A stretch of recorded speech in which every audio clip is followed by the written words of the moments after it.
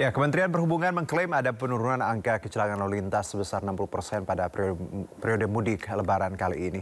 Dan untuk membahasnya, sudah bersama kami Wakil Ketua Pemberdayaan dan Pengembangan Wilayah Masyarakat Transportasi Indonesia, Bapak Joko Setiowarno. Kami juga sudah menghubungi sebelumnya pihak Kemenhub, tapi belum ada yang bersedia bergabung. Saya sapa dulu Pak Joko. Assalamualaikum, selamat sore Pak Joko. Waalaikumsalam warahmatullahi wabarakatuh, Mas Ya, Juno. terima kasih Pak. Selamat sore Pak. Ini menarik, ada data katanya klaimnya kecelakaan menurun 60%. Ini tentunya kabar bagus karena kan kita tidak ingin ada peningkatan terkait itu kecelakaan maupun pelanggaran. Tapi di satu sisi Pak, laporan ini juga kita beberapa waktu lalu sempat ngobrol bahwa yang mudik memang juga menurun ya. Bagaimana Anda melihat korelasi ini Pak? Ya, apapun naik, tapi angka kecelakaan kita harus menurun. Betul. Gitu ya. Nah, itu yang harapan semuanya lah. Apapun satu nyawa itu tetap berarti. Memang dari prediksi awal ini karena pemudik juga menurun, otomatis lah ini menurun. Tahun lalu meningkat pun menurun, apalagi ini menurun, pemudiknya otomatis menurun. Ya. Dan kecelakaannya pun yang kecelakaan yang katakanlah tidak fenomenal seperti tahun lalu kan, kecelakaan seperti ada travel gelap yang celaka kemudian bus dan sebagainya, tapi ini kan belum berakhir, baru mudiknya belum balik, mudah-mudahan balik juga lebih turun lagi, harapannya seperti itu. Ya. Oke, nah kalau bicara penurunan ini Pak, apakah ini juga selain memang ya tadi banyak yang tidak mudik atau mungkin memang skema kontraflow, hal-hal yang dilakukan oleh pihak kepolisian dan Kemenhub juga bahwa ini sudah berjalan cukup baik atau sesuai dengan standar, Anda melihatnya seperti apa Pak? Ya, kontraflow, one way, ya, ini adalah suatu keniscayaan yang harus dilakukan karena mengingat pengguna kendaraan pribadi itu makin meningkat. Sementara kapasitas prasarana kita terbatas, karena kapasitas sarana kita cuma jalan yang diandalkan. Kita selama ini mudik itu fokusnya pada jalan raya. Betul. Apalagi setelah jalan tol menjadi perhatian penuh. Padahal setelah one way-nya lancar ternyata ya makin dia lancar, ya tersumbatnya di jalan arteri.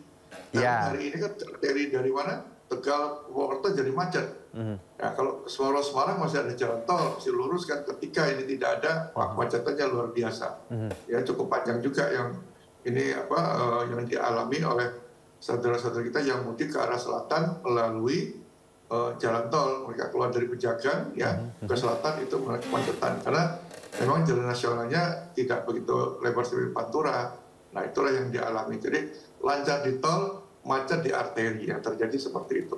Oke, dan ini juga kemarin saya berbincang dengan Kakor Lantas Pak, bahwa kecelakaan juga terjadi bukan malam mostly ya Pak, bukan di tol tapi di arteri di luar. Ini yang jadi ya concern kita, dan tadi sesuai dengan Anda sebutkan bahwa juga harusnya seperti apa Pak, ketika kita tadi prediksi tol yang ya padat, tahunnya lancar, malah yang arteri pendukung-pendukung ini yang malah macet dan kecelakaan, Pak Joko. Ya, karena fokusnya jalan tol, arterinya kurang terfokus. Ya, apalagi anggaran. Nah, anggaran untuk keselamatan pemeliharaan jalan ini kan sebenarnya dari awal sudah dihilangkan. Karena ada yang mengusulkan dan banyak orang baru diusulkan, namun ini terlambat. Ya, terlambat artinya terlambat anggarannya untuk turun. Makanya tahun ini saya kira cukup banyak jalan arteri nasional juga mengalami kerusakan. Ya, ditambah lagi mungkin yang nggak pernah diamati, penerangan jalan umumnya ini juga mengalami tidak ada biaya pemeliharaan. Ini karena efisiensi itu Pak Joko? Iya, ini waktu efisiensi. Anggaran pemeliharaannya turun tapi kan sudah terlambat. Penyelenggara jalan ini juga orang PPK tidak berani gambling, kerjakan dulu nanti anggarannya. Ya kalau anggaran turun, kalau nggak diturunkan dia mau siapa yang tanggung jawab kan? Nah itu. Kalau cuma tinggal 1 hari 2 hari jelas nggak bisa mengejar untuk target untuk menambah jalan-jalan yang rusak tadi. Namun ini kalau di Jawa Tengah, Jawa Barat, saya dapat informasi mereka jamin jalan provinsi, jalan provinsi Jawa Tengah, Jawa Barat, karena kan anggaran di provinsi, APBD provinsi ini mereka jamin sudah tutup semua untuk jalan-jalan yang berlubang seperti itu. Tapi nggak tahu jalan kabupaten seperti apa ya. Baik. Jadi sebenarnya efisiensi boleh ya Pak, tapi untuk hal-hal yang menyangkut keselamatan, tadi ya Pak, penerangan, itu harusnya juga dipikirkan lebih detail. Jangan sampai mendekati hari H baru kepikiran ya Pak, dan ini yang terjadi gitu ya.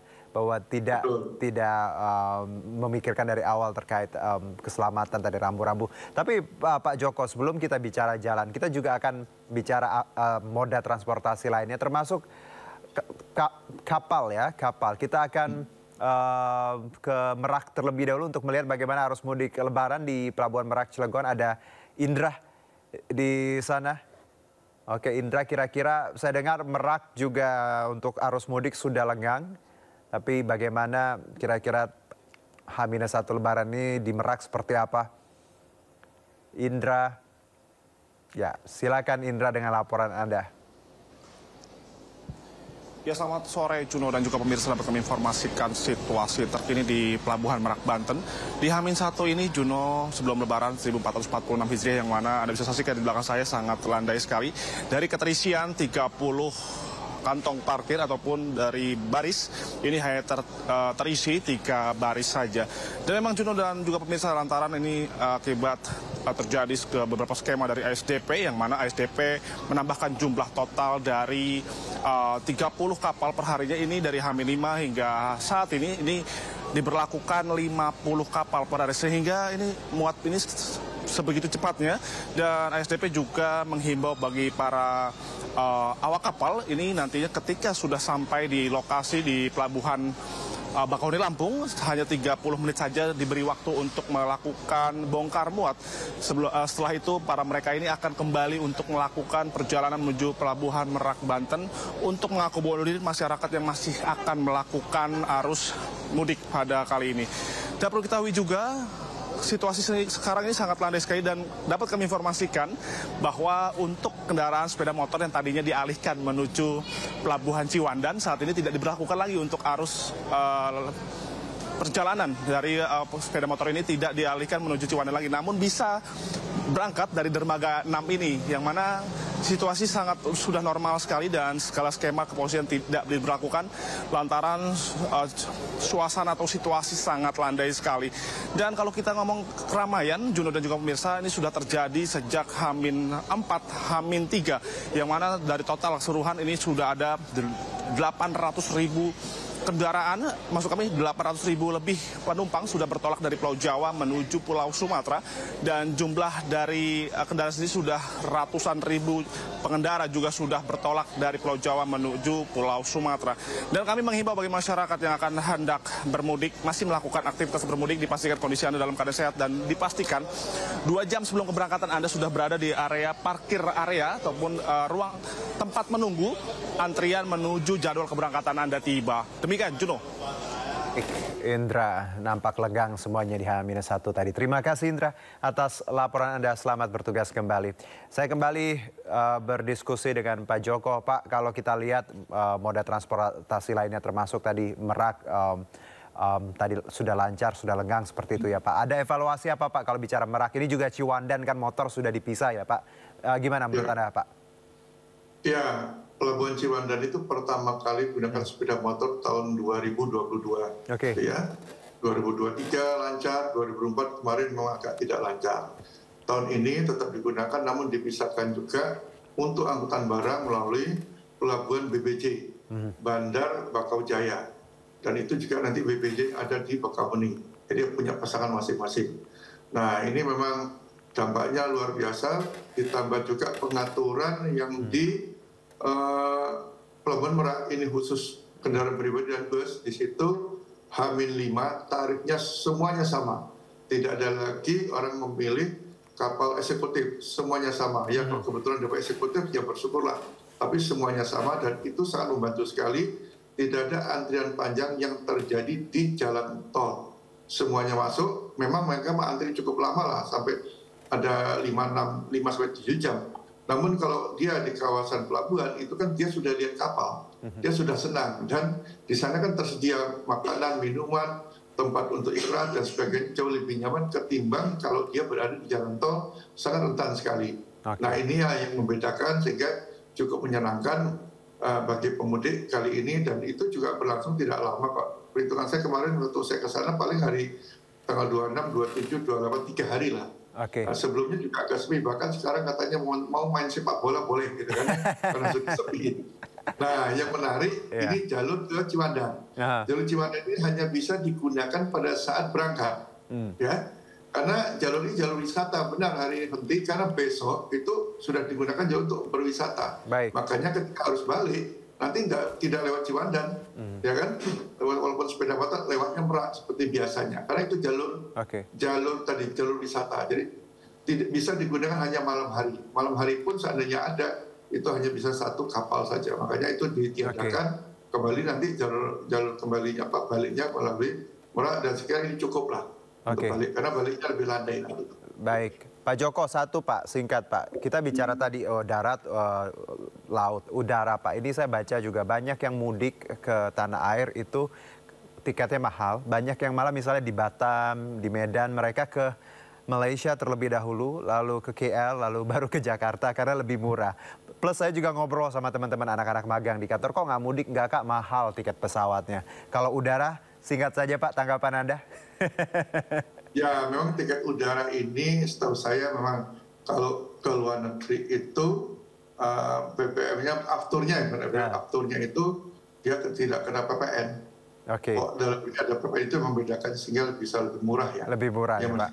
Juga tidak ada PPN biar lebih murah gitu. Saya nggak tahu ini kebijakannya seperti apa. Meskipun saat ini juga ada diskon sampai 15%, tapi ya masih mahal. Makanya antar pulau terbantukan dengan ada kapal gratis. Nah ini yang nggak terekspos ya, kapal gratis cukup banyak kali ini. Mulai tahun lalu, itu lebih 20 rute, ini cukup membantu. Bagi yang tidak mampu menggunakan pesawat, menggunakan kapal gratis, ya maksimal 24 jam lah perjalanan, masih nyaman. Ini kapal gratis sebenarnya ada ya Pak ya? Ada, cukup banyak. Ada cukup banyak. Rute itu tahun lalu, tahun ini juga sama. Baik. Kurang terekspos oleh media. Baik Pak Joko, terima kasih untuk obrolannya. Minal aidin Pak, selamat Idul Fitri besok insya Allah. Ya. Semuanya Lebaran, terima kasih Pak Joko atas waktunya, sehat-sehat. Wakil Ketua Pemberdayaan dan Pengembangan Masyarakat Transportasi Indonesia Bapak Joko Setiowarno. Terima kasih Pak. Baik, pemirsa, Kapolri Jenderal Listio Sigit Prabowo meninjau arus mudik Lebaran di Stasiun Gambir, Jakarta. Kapolri Jenderal Listio Sigit Prabowo bersama Menteri Koordinator Pembangunan Manusia dan Kebudayaan Pratikno, Menteri Kesehatan Budi Gunadi Sadikin, dan Menteri Perhubungan Budi Purwagandi melakukan peninjauan arus mudik pada H-2 Lebaran di Stasiun Gambir, Jakarta Pusat. Dalam hasil peninjauan, sejumlah fasilitas pelayanan kereta api berjalan dengan baik, penumpang kereta api terjaga keamanan dan kenyamanannya. Sebelum ke Gambir, Kapolri mengunjungi Terminal Pulau Gebang, Jakarta. Jajaran Menteri bersama Kapolri mengecek fasilitas pelayanan penumpang di Terminal Pulau Gebang, termasuk memastikan kendaraan bus dan yang digunakan dalam kondisi siap. Masyarakat yang menggunakan bis tahun ini meningkat hampir 145%. Oleh karena itu, tadi kita bersama-sama ingin memastikan terkait dengan kesiapan dari bis, dari kendaraannya, dan juga dari pengemudinya. Dari kendaraannya tadi kita lihat bahwa prosedur pengecekan mulai dari ramcek itu dilaksanakan dengan baik, dan apabila ada temuan tadi langsung dilakukan langkah-langkah. Sementara dari pengemudi, selain kesehatan, dilakukan cek urin juga untuk mengecek apakah terdapat penggunaan narkoba, dan sampai saat ini alhamdulillah belum ada.